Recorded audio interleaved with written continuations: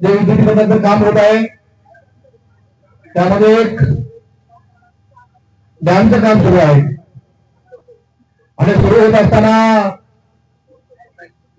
टाटा कंपनीने सर्वपक्षीय बैठक घेतली होती आणि टाटा कंपनीला जी त्यांची जनसुनावणी होती त्या जनसुनावणीसाठी टाटा कंपनीने राष्ट्रवादी काँग्रेस पार्टी असेल, शिवसेना असेल आणि तालुक्यामध्ये असणाऱ्या सर्व शेतकरी कामगार पक्ष असतील, भारतीय जनता पार्टी असतील, मनसे असेल, विविध पक्षाचे पदाधिकारी असतील, या सर्वांना भेटीगाठी घेऊन त्यांना सांगितलं होतं तर या जनसुनावणीत आम्हाला पाठिंबा द्या.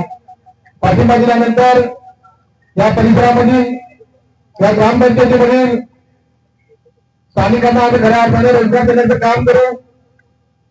स्थानिकांचा कुठल्या प्रकारचा अन्याय होणार नाही. त्या गावामधील विविध समाजाची लोक राहत असतात.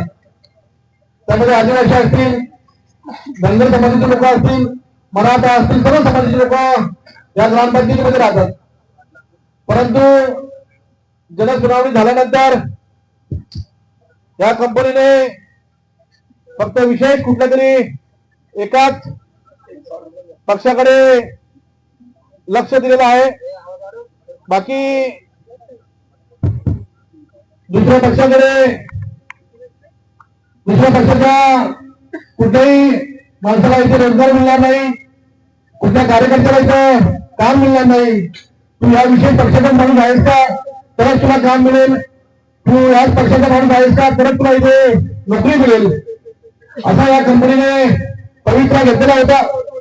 अनेक वेळा कंपनीच्या प्रशासन आम्ही मी असेल, नितीन दादा असतील, सर्व पक्षाचे आमचे प्रमुख मान्यवर असतील, यांनी अनेक वेळा आपण या कंपनीच्या प्रमुखांना त्या ठिकाणी सांगण्याचं काम केलं.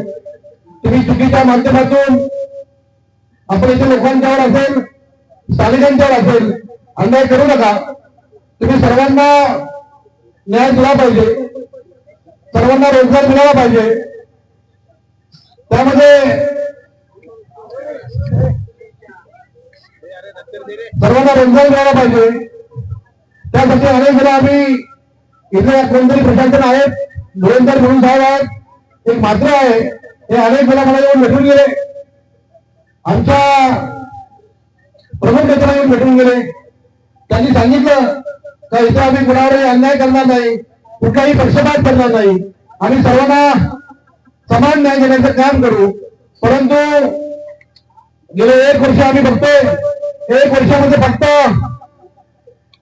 विशेष कुठल्या तरी पक्षाला कार्यकर्त्यांना त्यांना इथं नोकरी दिली जाते, बाकी पक्षाच्या लाभार्थ्यांना नोकरी दिली जात नाही. त्या गेटवर कोणतरी गुन्हेगार व्यक्तीची लोक येऊन थांबतात आणि त्या गुन्हेगारांच्यावर विविध प्रकारचे आरोप आहेत, विविध प्रकारचे खटले आहेत. अशा लोकांनी इथे येऊन दादागिरी करायची. तुम्ही जर या पक्षाचे असाल तर तुम्हाला नोकरी मिळेल, तुम्ही जर आमच्या पक्षामध्ये प्रवेश करणार असाल तर तुमचा जेसीबी लावला जाईल, तुम्ही जर आमच्या या पक्षात आला असाल तर तुमचं प्रोग्राम लावला जाईल. अशा पद्धतीने त्या कंपनीच्या प्रशासनाने अनेक दिवस चालवून त्यांचं नाटक होत आहे. त्या नाटकाला खऱ्या अर्थाने आम्ही आता कंटाळलेलो आहोत, म्हणून आम्ही आता आधारून पक्षाने सर्वांनी घेतलेला आहे. मी माझ्या पत्रकार बंधूंना सांगेल का इथे मात्र आहेत, काम सुरू झाल्यानंतर इथे प्लॅस्टिक होते, प्लॅस्टिक नंतर धनगरवाडा असतो, आदिवासी वाडा असतो, त्यांच्या घराला तडे गेले, त्यांचे पत्रे फुटले.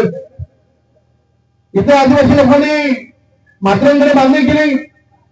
मात्र त्याला सांगतायत मी तुमच्यासाठी तुम्हाला पैसे मिळून देण्याचं काम करेल, परंतु तुम्हाला जे पैसे भेटतील त्यातलं 50% रक्कम मला द्या तरच मी तुमच्यासाठी काम करेल, असं इथलं प्रशासन काम करते.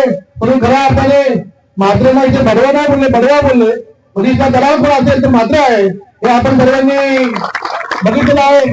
आपण या मात्रेसारख्या अधिकाऱ्याला त्वरित कामावरून काढून टाकावं. तुम्हाला वाटतं काही दिवसापूर्वी ते रिटायर झालेत आणि त्यांना आपण मुदतवाढ दिले, त्यांना मुदतवाढ न देता त्यांना आजच्या त्यांना पहिलं गेटचं बाहेर काढावं आणि ज्या आमच्या 15-20 मागण्या आहेत त्या 15-20 मागण्या आमच्या पूर्ण कराव्यात.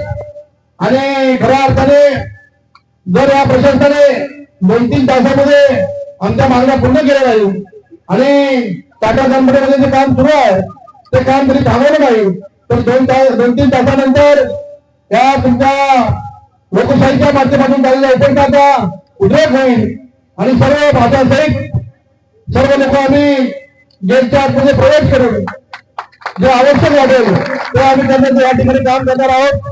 तरी मी प्रशासनाला आणि पोलीस प्रशासनाला विनंती करतो, ज्या आमच्या मागण्या आहेत त्या मागण्या तुम्ही 2-3 तासात पूर्ण कराव्यात आणि जे असे भडवे इथे प्रशासन असतील त्या भडव्यांना पहिले बाहेर काढावं आणि त्या प्रशासनाला आपण न्याय द्यावा असं मी प्रशासन तुम्हाला विनंती करतो. आणि आता मी फक्त विनंती करतोय, 2-3 तासानंतर ती विनंती नसणार आहे, त्याचा उद्रेक झाल्याशिवाय राहणार नाही असं आजच्या या ठिकाणी सांगतो आणि थांबतो. जय हिंद, जय महाराष्ट्र.